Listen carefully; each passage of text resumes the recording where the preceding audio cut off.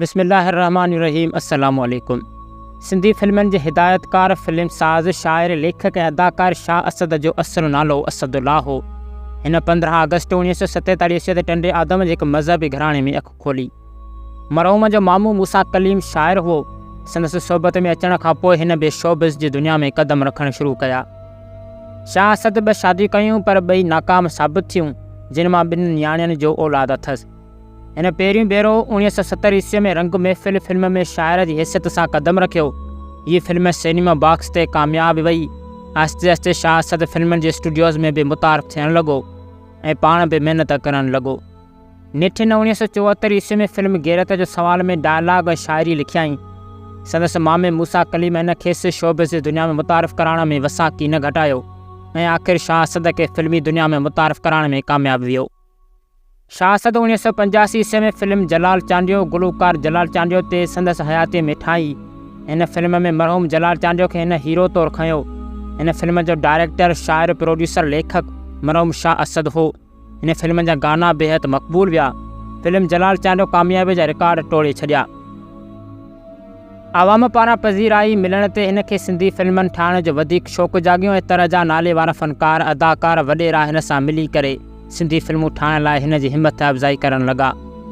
सिंधी आवाम पारां अहिड़ी मोट मिलण ते हिन सिंध जे बदनाम धाड़ियल परू चांडियो ते 87 ईस्वी में फिल्म ठाही। हिन फिल्म जो बि शाइर, लेखक, हिदायतकार पाण हो। हिन फिल्म में मरकज़ी किरदारु हिन मंसूर बलोच खे ॾिनो, जंहिं वॾी महिनत सां इहो किरदारु अदा कयो। फिल्म परू चांडियो तमामु घणो मशहूरु वई, जेका सिंध जे सिनेमाउनि ते हफ़्तनि जा हफ़्ता लॻी रही। ख़ासि करे हैदराबाद में ॿियनि ॿोलियुनि ॻाल्हाईंदड़ माण्हुनि बि हिन फिल्म खे शौक़ सां ॾिठो। फिल्म परू चांडियो पंहिंजी कामयाबी जा रिकॉर्ड टोड़े छॾिया।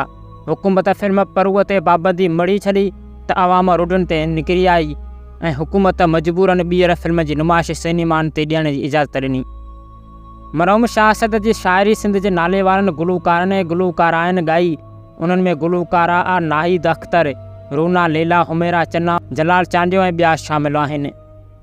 मरहूम M.A. पास हो। हिन फ़न जी शुरूआति स्टेज ड्रामनि खां कई।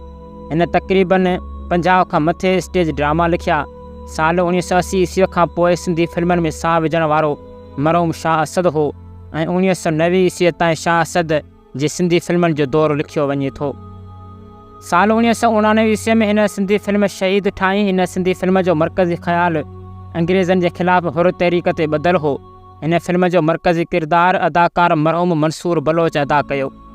हीअ फिल्म एतिरी त कामयाबु वई जो हिन फिल्म खे नेशनल अवार्ड बि मिलियो। फिल्म शहीद जो लेखक हिदायतकार मरहूम शाह असद हो। मरहूम केतिरनि ई सिंधी फ़नकारनि खे फिल्म में मुतारफ़ करायो। साल 1990 ईस्वी में फिल्म जीए लतीफ़ ठाही वई। हिन फिल्म जो बि मरहूम पाण लेखक, शाइर ऐं हिदायतकार हो। हिन फिल्म जो मरकज़ी किरदारु TV अदाकार असद कुरैशी खे ॾिनो वियो। हिन फिल्म बि ॿियनि सिंधी फिल्मनि वांगुरु कामयाबी जा रिकॉर्ड टोड़िया। मरहूम सिंधी आवाम खे हर साल ईद ते को न को सिंधी फिल्म जो तोहफ़ो ॾींदो हो। शाह असद 1992 ईस्वी में सिंध जो मशहूरु धाड़ियल मोहब शीदीअ ते फिल्म ठाही। हिन फिल्म जो फिल्म साज़ अदाकार यार मोहम्मद शाह हो, जॾहिं त पाण मरहूम हिन फिल्म जो हिदायतकार, शाइर ऐं स्क्रीन प्ले राइटर हो। फिल्म मोहब शीदी शाह असद जी आख़िरी फिल्म हुई। हिन फिल्म में मरकज़ी किरदारु अदाकार गुलाब चांडियो खे ॾिनो वियो, जंहिं हक़ीक़ी मोहब शीदी थियण में वसाऊं की न घटायो। हिन फिल्म परू चांडियो फिल्म वारो रिकॉर्ड बि टोड़ियो ऐं ठीकु ठाक बिज़नेस कयो। उनखां पोइ हिन सिंधी टेली फिल्म शागिर्द ठाही ऐं आख़िरी संदसि टेली फिल्म मां आशिक़ तुंहिंजो आहियां बुरीअ तरह फ्लॉप वियो। सिंधी फिल्मनि जो सचो आशिक़ ऐं तख़लीकार शाह असद 29 नवंबर 2005 ईस्वी ते हैदराबाद में दिलि बीहण सबबि वफ़ात करे वियो।